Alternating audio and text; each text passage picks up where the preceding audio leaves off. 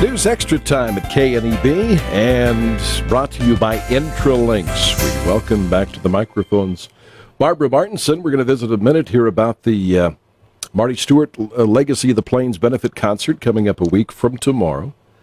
And then we're going to get Marty on the phone and visit with him here this morning on the radio. But Barbara, how's it going on this concert?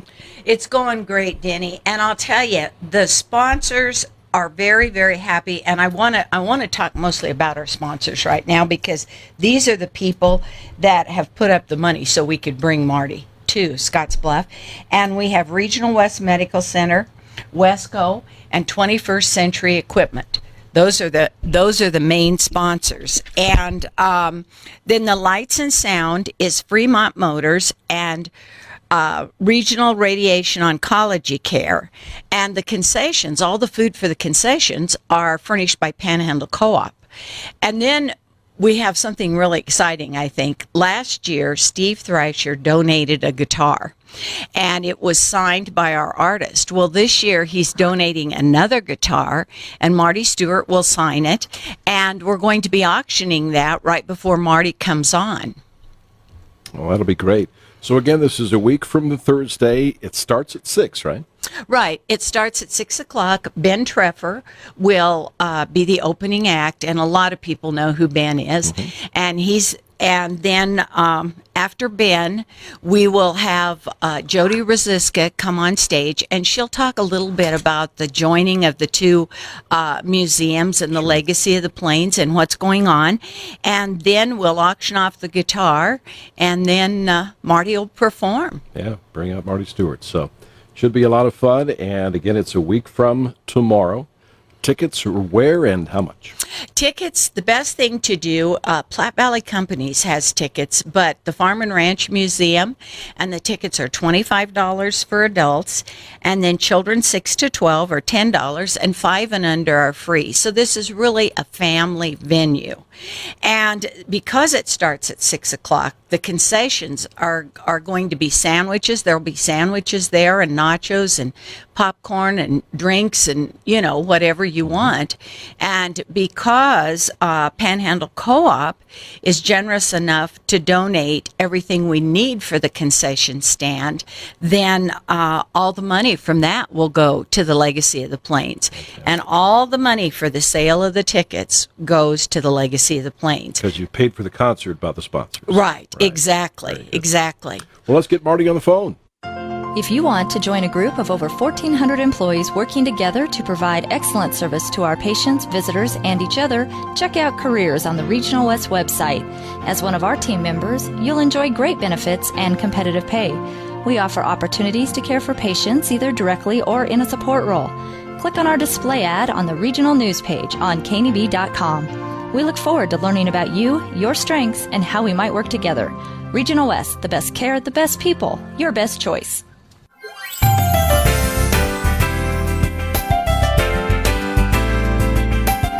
Well, we're on the line this morning with entertainer Marty Stewart, who will be here on August 29th for the Legacy of the Plains Museum Benefit Concert. And Marty, thanks very much for being with us this morning.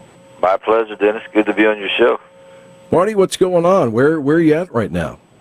I'm at home today and getting ready to go back on tour this weekend. But this time of the year, it's just kind of perpetual touring. And Nashville's a good place to live if you're going to travel, because it's kind of centrally located on this side of the river. So we come and go. It's a busy summer. Yeah. What's going on? What are you working on besides going out and seeing folks at fairs and whatnot? Oh, several things. Just about to gear up for season 6 of the television show on RFD TV. Got 3 records to turn loose next year, a couple of books, a couple of photography exhibits, museum exhibits, and other than that, life in general. Other than that, nothing's going on, huh? Well, that sounds fantastic. Tell us a little bit about that TV show. I know a lot of our listeners have seen you on the show. Well, it's a Nebraska product. RFD TV, fellow named Patrick Gotch up in Omaha. But I love what Patrick stands for, and I settled on traditional country music a few years back. It's like, man, this is what I love the most. This is what we're going to continue to play and champion and try to further as well as preserve. And I thought it lined up perfectly with Patrick's television network because he subscribes to the rural lifestyle of America, and that's the kind of music we play. And so you do a season of that.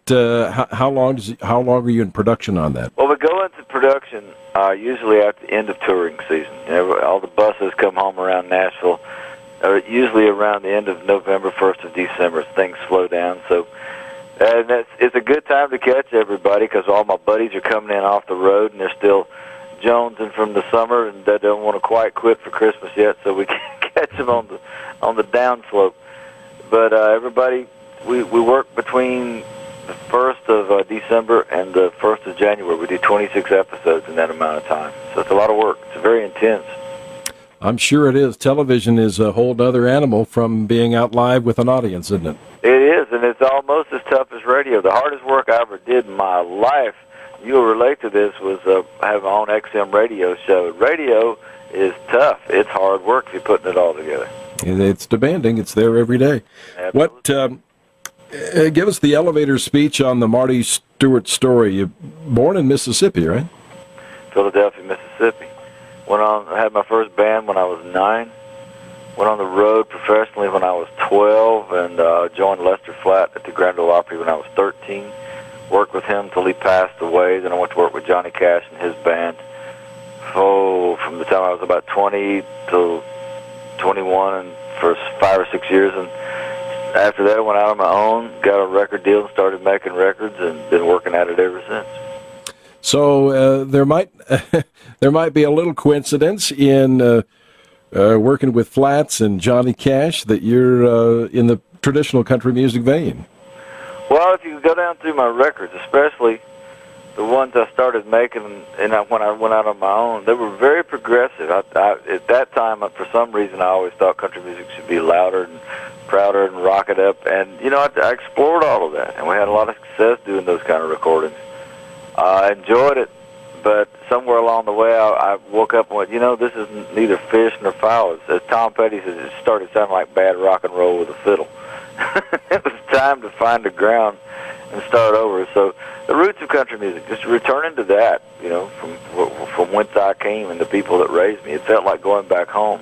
And I thought, well, this is the empowering force of country music. It never goes away. It's beyond trend, and so that's where my heart is. That's the kind of music I started remaking. Well, tell us a little bit about your live show. What will folks see on next Thursday night? Oh, it's a great show. As I said, I've been in band since I was 9 years old. The Fabulous Superlatives are, without question, the hottest band out there right now. And it's a live show. Come see us. We'll entertain you. Well, we look forward to it. We look forward to seeing you on August 29th out here at Five Rocks. It'll be great to have you back in western Nebraska. Looking forward to it, Dennis. Have a wonderful day. All right. Thank you very much, sir.